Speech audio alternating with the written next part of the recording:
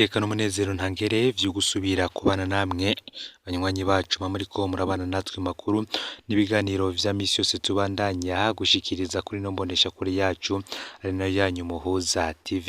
Uyu n'umwanya tugiye kubageza kamakuru ibiriko biravugwa bigezwe ko muri kano kanya ngaha mu gihugu c'u Burundi, n'amakuru n'ubundi tuza kugaruka ko biriko biraba hagati ya Perezida Varisito Ndayishimiye ndetse n'umunyamabanga mukuru w'umugambwe uri ku butegetsi CNDD-FDD Reveriyano Ndikuriyo. Mu minsi iheze hari amakuru yagiye ahabona y'ingene Nkurunziza Cup ibonekamwo ihiganwa riri hagati ya Reveriyano Ndikuriyo n'abiyita ko bari mwiragirya Nkurunziza ku ruhande rumwe hamwe n'abiyita ko bari kumwe na Perezida Ndayishimiye ku rundi ruhande.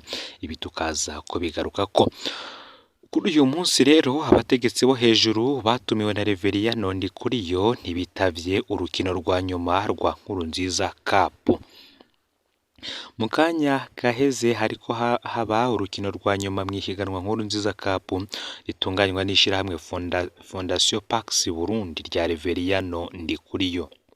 Urukino rwariko rubera i Makamba ku kibuga Nkurunziza Peace Park Complex Stadium co kwa Reveriyano Ndikuriyo.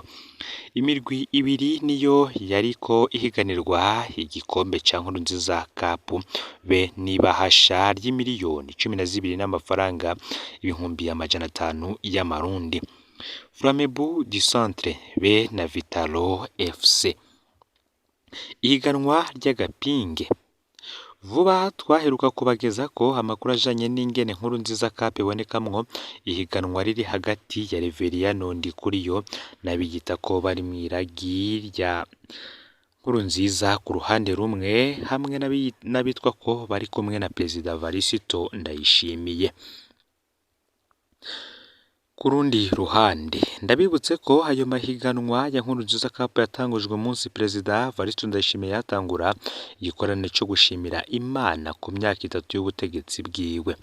Imirwi yari itegekanijwe guhiganirwa yari 8 hari ariko umurwi Buramaru FC uvugwa ko ari uwa Gervais Ndirakobuca n'umurwi Remasaje FC w'umuryango wa Nkurunziza yarasokoye ku munota wa nyuma. Iyo mirwi uko ari ibiri yasaba ko iryo higanwa ryigizwayo indwi zibiri, nankeka ko banse kuboneka ko bari mu gasomborotso ka Ndikuriyo. Reveriyano Ndikuriyo yaravyanse haca higanwa imirwi 6 yonyene. Ihiganwa Nkurunziza Cup ryatangujwe indwi zibiri nyuma y'ihiganwa ryitirirwa umukuru w'igihugu bita Coupe du Président.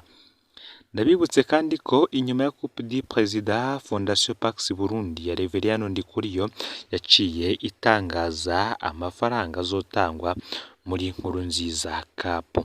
Amafaranga asumba kure ayarahejije gutangwa muri Coupe du Président. Ngo busa no kwereka abarundi urukino ruhambaye rwarirwo. Bino bimenyetso vyose hari ababibonyemwo agapinge ka Reveriyano Ndikuriyo aho yerekana ko ahagaze mwiragi rya Nkurunziza mu gihe Ndayishimiye we aherutse gutangaza ko atari mu makanda ya Nkurunziza. Iri higanwa kandi rifatwa nk'ihiganwa ryerekana ivyiyumviro vya Reveriyano Ndikuriyo. Uhageze ku kibuga Nkurunziza Peace Park Complex Stadium Gisenyi mu ntara ya Makamba yabonye ivyiyumviro nyamukuru vya Reveriyano Ndikuriyo. Ugishika muri ico kibuga c'ibibanza 26,000 vyicaye neza.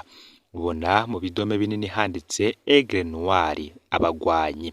Aigle Noir ni izina ry'umugwi wa Ndikuriyo. Abagwanyi ni izina rihuye cyane n'ivyiyumviro Ndikuriyo akwira hose, yigisha kwica, gupangurura, kuzana umutwe, gukuramwo intambara n'ibindi. Ivyiyumviro yigisha hose bijanye n'intambara gusa. Imbere yo gutangura urukino habanje defile ndende ya gisirikare yakozwe na kampanye 22 z'abigemebe na 12 z'abasore.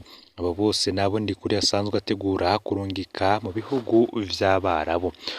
Hari amatohoza yakozwe na Fokude nayo tuzogaruka ko ku mwigeme wese arungitswe mu bihugu vy'Abarabu amahera bunguka kuri we. ibikorwa vyo kurondera no gutegura abazorungikwa nandikuriyo muri ivyo bihugu bikaba ari ibikorwa birongowe na Jean Baptiste Nzigamasabo batazira Gihahe yahoze avugwa mu mabi menshi mu ntara ya Kirundo.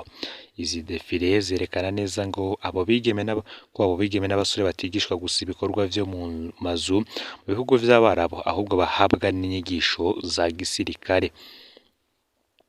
Abategetsi bo hejuru ntibitavye ibirori nyamukuru vya Nkurunziza Cup. Iyi ndwi yose yari iheze hari imyiteguro idasanzwe kuri Nkurunziza Peace Park Complex Stadium aho vyaboneka ko hitezwe abategetsi bakomeye b'igihugu. Tapi nini cane itukura yarakwiragijwe mu kibanza kitari gito kugira abazitaba urwo rukino bahonyore mu kibanza kiboneka ko kigenewe abanyacubahiro. Kanatsinda mu mwaka uheze urukino nk'urwo rwatewe iteka n'abategetsi bo hejuru mu gihugu. Perezida Ndayishimiye n'umukenyezi wiwe, abakuru b'inama nshingamateka na nkenguzamateka n'abandi.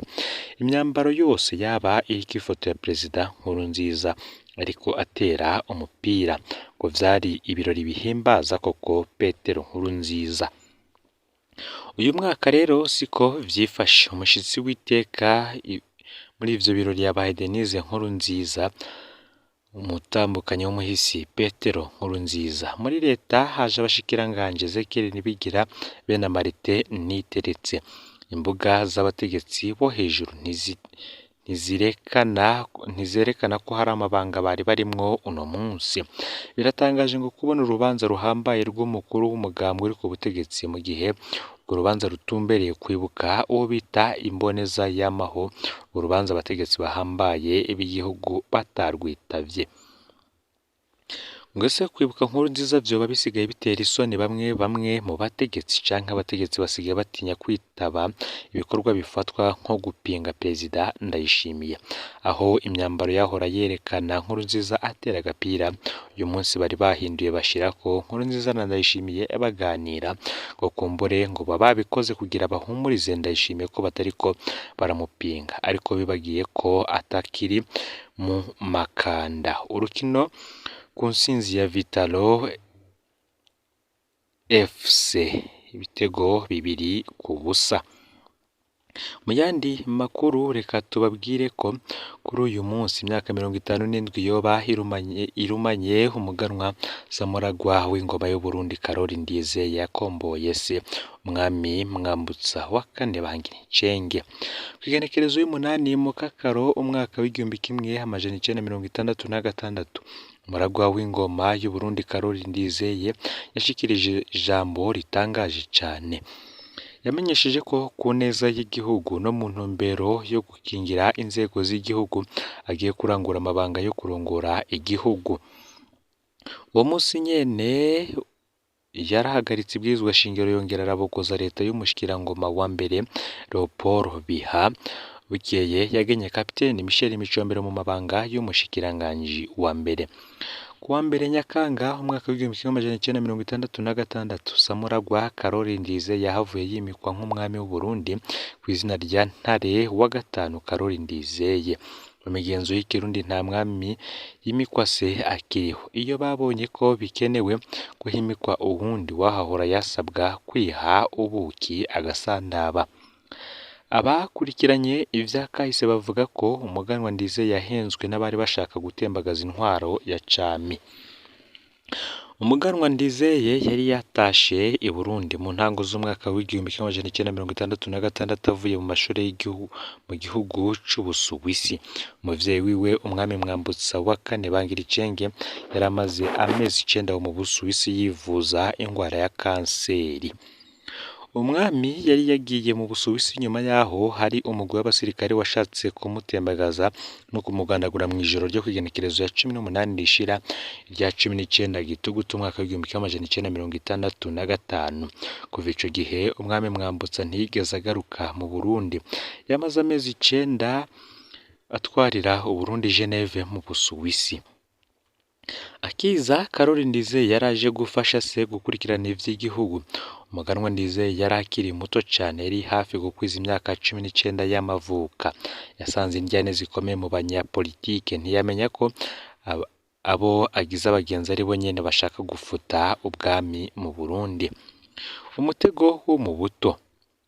Abumvishije umuganwa Ndizeye gutembagaza ingoma ya Mwambutsa baba bari bashatse ko umwana w'umwami ari we yerekana ko umwami ashobora gukurwa kongera akaba ari we yivugira amakosa y'ingoma. Umwana w'umwami amaze kubikora byari byoroshye ko abasirikare nabo batembagaza mu nyuma ingoma y'u Burundi. Muri Gitugutu umwaka w'igihumbi kimwe amajana icenda mirongo itandatu na gatandatu umwami Karoli Ndizeye yahavuye atahura ko umushikirangoma wa mbere Michel Micombero ashobora kuba afise izindi ntumbero, niko gufata ingingo yo kumubogoza, ariko abasirikare bacungera iradiyo y'igihugu barankiye umwami kwinjira gutangaza ingingo ziwe. Inyorana rikomeye hagati y'umwami n'umushikirangoma wa mbere riba riratanguye. Kw'igenekerezo ya 23 Munyonyo umwaka w'igihumbi kimwe amajana icenda mirongo itandatu na gatandatu umwami Ndizeye yari yuriye indege imushikana i Kinshasa y'ubu.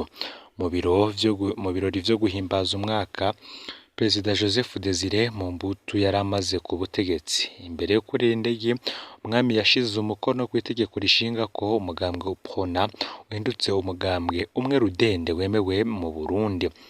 Iyi ngingo yagize ingaruka zikomeye mu mateka y'u Burundi, aho umugambwe UPRONA wamaze imyaka 27 ariwo mugambwe wonyene wiganje mu Burundi. Iyo yabaye ingingo ya nyuma y'umwami Ntare wa gatanu Charles Ndizeye.